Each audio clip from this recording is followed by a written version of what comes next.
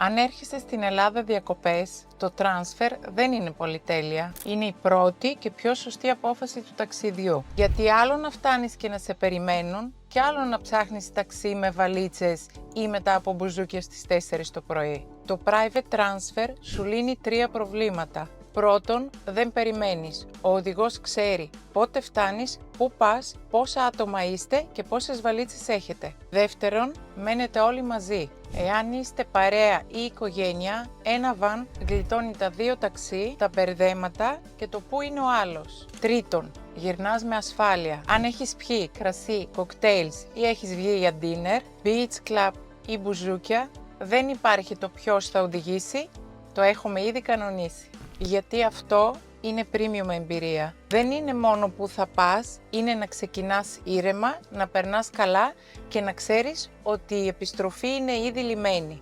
Ακολούθησέ με για περισσότερα.